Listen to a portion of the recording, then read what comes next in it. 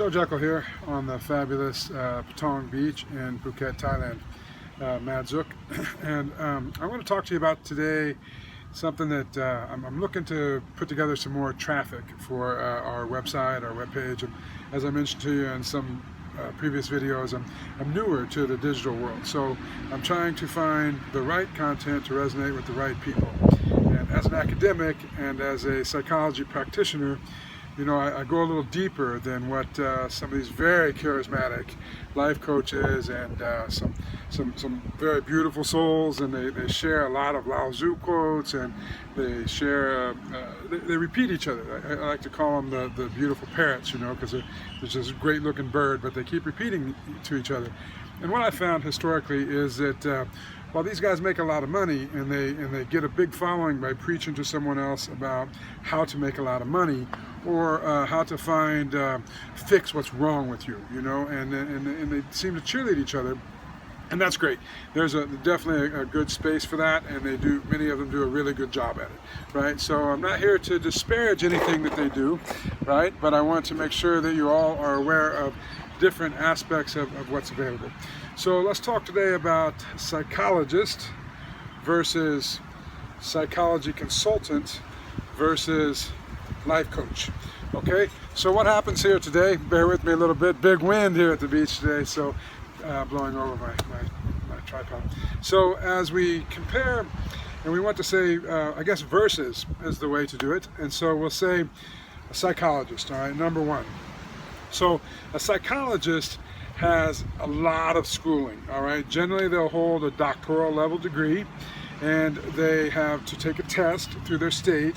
They are bound by confidentiality laws, and they are bound by ethical laws. So they're only allowed to do things that really help you, all right? They're not allowed to offer things to the masses that, you know, are like snake oil salesman stuff or anything of this nature, right? Basically, what they have to do is they have to do the stuff that is only qualified for you.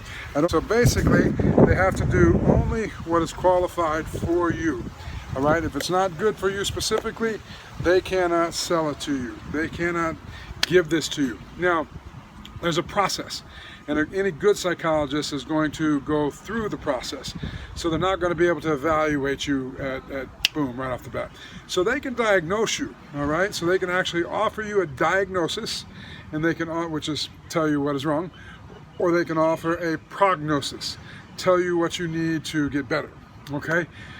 So, as a psychologist, these people will have the strongest of law and the strongest of ethical responsibility to you as the client or as the patient, if you will. All right, so now we're going to step down a level. We're going to go into what's called a psychology consultant. And I, Joe Jekel, I'm a psychology consultant because I hold a master's level degree in performance psychology, and I also have a bachelor's degree in general psychology. All right, now what happens with this level of education is we are exposed to CBT, EFT, you know, emotional freedom techniques, cognitive behavioral therapy. We know about chaos theory. We know about simplicity. We know about the pleasure principle. We know about Freud. We know about Jung. We know about Howard Gardner and his 9 intelligences. We know many things, but we don't diagnose you. We don't tell you what is wrong with you. We seek to develop you. We dwell more in the arena of development. So what we're going to do is we're going to work with you to drag out real scientific principles. We've read thousands and countless numbers of research pages. We've had to write a dissertation. We've had to give oral speeches. We've had to take countless classes regarding psychology principles, interventions, strategies. We're very familiar with the DSM, which is the Diagnostic and Statistic Manual. All right? Now, this is the rule. This is how psychologists can diagnose you. All right? So then they can offer prognosis, steps or processes for you to get better. They can't give you the drugs. That's a psychiatrist. So if they want you to take something like Ritalin or some other pharmacology, they're going to have to get with a medical doctor and be conjoined with that, okay? These are psychologists, or generally doctors of philosophy, or doctor of psychology, but they're not actually qualified medical doctors, and they're not allowed to give you medicine or prescriptions, okay? So a psychology consultant has not taken that same test, all right, for whatever reason. My personal reason is because the APA, the American Psychological Association, they have some issues that people like Freud or Jung or Adler, these are pioneers in the industry, and they've developed so many programs and detailed influences of what's in psychology today that they wouldn't even be allowed to practice today because of their methods and some of the things that they, espoused along the way. Psychology was fair analogy where they drilled holes in people's heads. Psychologists also prescribed the Tuskegee Airmen, syphilis, to watch what happened. They've experimented with LSD. They've done human trials. They've created what was the Nuremberg Code. Many people will say that the Germany and Nazi, where they were looking for, there's been psychological warfare. There's been, how do we warp or manipulate someone's mind? And this is basically where psychology has dwelled, right? This is exactly what they've done for years and years and years. Okay, so I took a moral stand and decided that I will be a psychology consultant. I want to focus in the positive realm of what psychology has to offer. I don't want to dwell in what psychologists do. Psychology today has drifted. It has drifted into the far left-leaning kind of people, and if you don't play by their rules, then they can group up on you, and we all see how that happens. We watch political elections, we see what's going on with our legal system in America, we see what's going on with the educational system in America. So without getting into the political aspect of whether that's right or wrong, it's a personal choice that I've made, that I want to focus with my clients on how to develop them to be better. What is their self-discovery?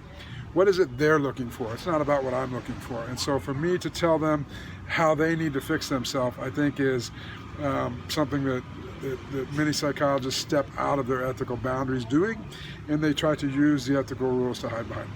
So I refused to be a part of that, and I stayed as a psychology consultant, all right? So I hold a master's degree in performance psychology, and I also hold a postmaster's certification in personal development. It's in an educational field, and so it was an EDD program, an educational doctorate that I ended up not completing, just timed out. And as I went along, I decided that I'm not exactly sure that I needed it.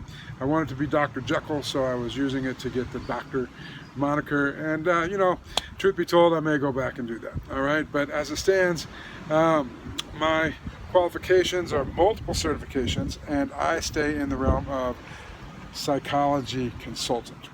Now we step down a serious level. So you have psychologists here, you have psychiatrists a little bit ahead of them, you have psychologists here, then you have psychology consultants, which I would say are equally on par, with the exception of the diagnosis level, but I don't feel that the psychologists today are actually all ethical in their diagnosis. So, as I mentioned to you. So, yeah, you could say that a psychology consultant may be here because of their level of education. Some have a much higher level of education. And as we all know, when you get into educational boundaries, it also comes down to the person, right? What is their life experience, and what is their philosophies that they espouse? What is the soup that they mix together, okay? So life coaches, they are the ones that want to tell you rah rah sis boom bah, okay? They're the Tony Robbins of the world, and Tony Robbins, great guy, super wealthy. They're the Jim Quicks. They're the ones that want to tell you, hey, you can live a better life. And to a degree, that's very true, okay? And sometimes they'll offer you a path forward, and sometimes they'll pull some abstract out, and whereas a psychologist is generally bound by more evidence-based stuff, whereas a life coach can tell you that, if you believe in unicorns, you can ride a unicorn, okay? And so they dwell on what's known as the post-positivists. You know, they're post-positivists, right? They believe that your version of the truth is true and my version of the truth is true. But as a psychology consultant, we kind of ride the middle. We believe that your version of true is true to some degree, but 2 + 2 is always going to be 4. So there is absolute truth. Psychologists are supposed to believe absolute truth. However, we've seen a lot of bending of the rules, and the APA is actually putting what's called action research into play, and they're allowing it to be justified as evidence. And prior to that, you know, evidence had to follow a scientific method. It had to be replicable, and there was many rules of recording the evidence, and it had to be able to be repeated. And so it had to be judged by its peers, had to be peer reviewed. And today, those same participants can also be the researchers in what's cloaked in action research. And so education brought that to us, and psychology is somewhat reinforcing it. And some psychiatrists are resisting it because they want the evidence-based structure. So life coaches mean well, and they generally, some will have really good programs. And what you see today is they all are mimicking NLP, right? Neuro-linguistic programming, right? And so basically they're going to tell you to tell yourself words that increase your awareness or increase your positive mindset, right? We also have to keep in mind that it is something that you can do, with the exception. So life coaches will generally mean well, and what they're looking to do is they apply NLP, neuro-linguistic programming, or they may offer like a positive self-talk. And you know, so the comparison will be where a psychologist will sit down with the DSM, and they will ask you a series of questions. They will give you tests. They will give you a battery of they'll look for measures of ways to evaluate what you're saying. You'll get a score, and they generally won't share that score with you. They'll keep notes. They'll score what they see. They'll come back to it, and they'll look, and then they'll look through the DSM, and they'll program down and say, okay, look, this is what I think is going on with you, and this is. Then they'll come up with an intervention strategy, and this is what I think to, you know, quote, fix you or to prepare your way. All right. So a psychology consultant will talk to you. In some cases, they'll perform some evaluations. They'll look for measures, you know, to set specific criteria that might be going on with you, or look for tics or facial expressions or word choice. We look for things that you say or do or act upon, because this is going to help us build a profile, if you will. Some of you have seen, you know, Criminal Minds or CSI or some of these other shows, Mindhunter on Netflix, and you discover that there's a profile. So someone that specializes in linguistics might sit down and find the word choice you use. Now, what about multiculturalism in linguistics? All right, so if you're not familiar with, let's say, I'm in Thailand, so let's say with Thai language. If you don't know Thai language and Thai culture, but you try to use English as a linguistic measure, you're going to fail miserably. You're going to make misreads and misjudgments about the person that you're trying to or attempting to coach or to work with. Life coaches, they're going to have a canned approach. They're going to say, look, this is what you do. 8 to 80, blind, crippled, or crazy, baby. It doesn't matter who you are, man, woman, or child. This program works for you, right? This works for you. And I mentioned the very famous one, Tony Robbins. And when Tony Robbins does personal coaching, it's certainly different than his speeches, because his speeches are directed at tens of thousands of audiences, right, and people in the audience, and you can believe he's making a lot of money doing it. And some of what he says has value, and it's relative, and it's important to some of the people in the crowd. So everyone is there looking for something. Everyone has started their self-discovery journey, and sure, NLP to a degree will help most people, right? But there's other things that help them, you know, and there's other programs that help them. And being a student of psychology, you are far superior than just a life coach, right? Some life coaches are very good. They've became a student of psychology on their own, or they've looked to expand. Being a student of psychology isn't the be-all, end-all. because there's sociology, there's geography, there's multicultural studies that you need to understand. You need to understand history. You need to understand the minds of the people that came before us, and maybe evaluate why they made these decisions that they made, and are these decisions that would hold up or be valid today.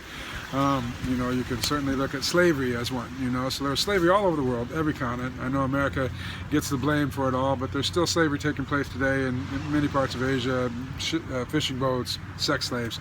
It's all over. It's in Europe, it's still in America, and it's a widespread problem. We typically think of the African American and the slave program that they went through for those 60, 70 years in America. But it was actually the Dutch that first started enslavement, and it was actually Africans that sold other Africans to the slave owners. So the issue of slavery goes much deeper, just like the issue of life coaching versus psychology. Okay, so as we look to see these things, we understand that that's just one example. There's women suffering. There's educational differences. There's class problems. India, they still have the caste system. So multicultural information and study is a vital point of being able to be a strong life coach. And so look at, and I hate to pick someone else. Let's say Jim Quick, he's another famous one, or Tommy Bilyeu, who I love. I love Tommy Bilyeu's stuff. I read it and follow it as much as possible. And Ruiz and his 4 agreements, right? So what about these things? Are they for every human, or are they for westernized society? And is 60% of the population in Eastern society or Western society?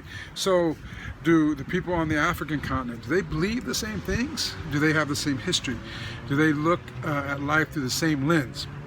So if the answer is no to any of these, then how can a canned life coaching program be beneficial for you, right? So when you select someone, maybe they look good, maybe they speak good, right? And maybe they produce great video, pow, special effects, and boom, boom, boom, and they're good.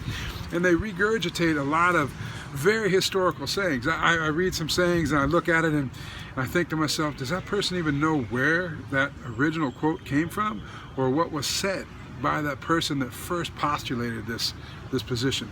And many times I find the answer is no. Sometimes I'll engage in Instagram with just random people using hashtag psychology or something, and I'll look at them and I'll test them a little bit. I'll be in the right frame of mind, and I'll just bait them a little bit as to say, do they really know that Gardner was the person that influenced this, or that Bandura's triadic reciprocity was how the mind-body integration, that the yoga guru and smoking some weed and giving you his life coach philosophy thinks came from wherever he thinks it came from. All right, and I see people quote Lao Tzu only to find out that it was Confucius that said it and not Lao Tzu, right? And they just didn't know. They don't know the origin of where it took place, basically because they're repeating it. Okay, so you want to make sure that the people can actually help you. And sure, discounted programs are awesome, and there's some great books, and there's some great life coaches, and they really care. And the big quality for a life coach is they have to have that empathy, that warmth, and they have to understand you a little bit. And you're going to find some that do. But just like you go to that doctor and you want to know what's wrong with you, in the West, in America specifically, our medical system sucks, right? And so you go to the doctor and you ask the doctor, hey doc, so my leg hurts, right? And the doc say, what do you think it is? Well, shit, I don't know, I'm not the doctor, you are, right? But okay, so I think it's my knee, I really feel something in my knee. And he says, okay. And so he looks at your knee and he says, yeah, no, everything, structure looks good and stuff, whatever. And you go, oh, okay, well, it goes all the way down, and it kind of hurts on the bottom of my foot when I walk, but I think the source is my knee. And he says, oh, okay, well, no, it's not your knee. Here's some painkillers. Here's a shot, cortisol shot, and, maybe we'll have to think about surgery, or, do you have insurance? And by the way, what can we do? Because what level are you able to pay? All right? I don't want to hear that shit from my doctor. I want to hear what's wrong with me and can you fix it, right? But we don't hear that, sadly enough. And I think what I'm watching as we look into the life coach field is we are seeing the same thing. So many people are searching, especially now COVID and the joblessness, and they really want hope and something to reach for. And so they reach for that hope. And does that hope help? Sure, it helps. It's temporary. But I think if you really sat down and talked to your friends a little bit, you're going to find out that many of them will discount or discourage what's happening in the life coaching realm, because the ones that are good, that are expensive, are also the ones that the people will hold to themselves. You know, they're not going to want to share that with you, or they're evangelist preachers. They're standing up and woohoo, they're telling you, you know, the gift of God, and that's great, and you're looking and there's, you know, 100,000 people in the stands, and it's just awesome, right? But is the person next to you the same as you? Is the person 3 rows behind you the same as you? Because you're all hearing the same message, right? So is it going to work for all of you, right? Is that 60-year-old grandmother in front of you the same as that 18-year-old girl that you know isn't paying attention? She's looking up, sneaking, and taking notes on her phone. She's recording it, you know, to listen to later, right? And so is that the same as you, right? So if you really want to look for someone that can help you, you know, seek out a psychology consultant. There's many good ones out there. So they're not going to go far off like psychologists and constantly look for you what's wrong. They're going to look to develop you. And you want to look for someone that is focused in the performance psychology field, right? Someone that knows the academic background, and preferably, if you're lucky or if you're good at your search, you're going to find someone that also has life experience, you know, has traveled the world, has talked to many people, understands different cultures, and doesn't just read about it and try to chime in and offer their opinion based on someone else's work. They actually have developed the work, you know, so they put these things to theory to test, into practice, and this is the kind of person that you want to look for. So let's recap. What we talked about today was psychologist versus psychology consultant versus life coach. So psychologists will generally adhere more to laws and ethical boundaries. They are scripted, and they will put you through much in an individual way, and they're going to come out and they're going to take a point of view, a perspective of wanting to fix something that's wrong with you. So if you generally it was going to come to dealing with trauma, or what happened before, or what's the root cause of what's going on with you, right? So that's generally their focus. You go into a psychology consultant, and they're just going to focus on what are you good at, what do you want to do, you know, how do we make you better. You know, forget about what might be wrong with you. Let's fix what you are good at, or let's open your mind to some questions or to some theories that you just may not even know exist, right? And what about Plato, and why did Van Gogh cut off his ear? And did you know that Beethoven was deaf when he was recording many of his later works? And do you have a proximity to greatness? You know, do you know many of the great authors? Do you know the great, you know, photographers of the world, and what made them so great? Why did you pick picture A over picture B? You know, now it's digital and everyone can fix it, so that's good too. What about those experts? You know, what about the top experts in the field? Do you believe this guy Fauci is an expert, right? Okay, or do you think that some of the guys that are experts don't even want to come out on these digital platforms anymore because they don't want to get hammered? They don't want to have to constantly be defending themselves. Psychology consultants can help you find what you're looking for. They can help you with the questions that you didn't know existed, or they can help you find ways to measure progress. They can help you with intervention strategies. They can help you with arousal control, motivation techniques. They can help you identify triggers. They can help you with a lot of these processes, okay? Then you have a life coach. And so a life coach is a great cheerleader, man. And they're going to give you some general blanketed information, and you know, it's good. It's a good starting point, and you should definitely, if you're on your self-discovery, hit some of these life coaches up and read them, but don't stop there, right? They are the lowest of level. And if you actually get one that's not really, they take a fake it till you make it mentality, then you're gonna come out of it mostly unhappy, right? And that's just something that's going to give that field more of a negative stigma. And you see it happening more and more. I see it happening every year, and I really hope that we can reach above that, and that we start to mandate that they get a little more qualified than taking a 30-minute class on Udemy and all of a sudden they get a certification. So I mean, you can learn great stuff this way, and for self-education this is great, and I totally advocate and support both Udemy and these type of courses and these type of practitioners. But I want you, as the listener, as the client, to know that that's your starting point. That should never be your ending point, right? And most of you will find Starting Point Life Coach. You're going to get the bulk of your information and the best of your development with the psychology consultant. And then some of you are actually going to need a psychologist, right? So it's not a catch-all, it's a specific thing. And I hope that this has enlightened you a little bit, and that you at least know the terminology and what it is that you need to look for to start to enhance your own personal development. So, Madzuk, our approach is self-discovery, self-discovery, personal development, and performance enhancement. Okay, so we'll walk through our mistakes. We'll be genuine with you, and we hope to provide you with good content. And I hope that this Versus segment has enlightened you a little bit on what the field of personal development is involved with. All right, thank you for tuning in, and thank you for being with me in the fabulous Patong Beach and working through some of the technical difficulties of the ferocious winds here today. And I hope that you have a great afternoon.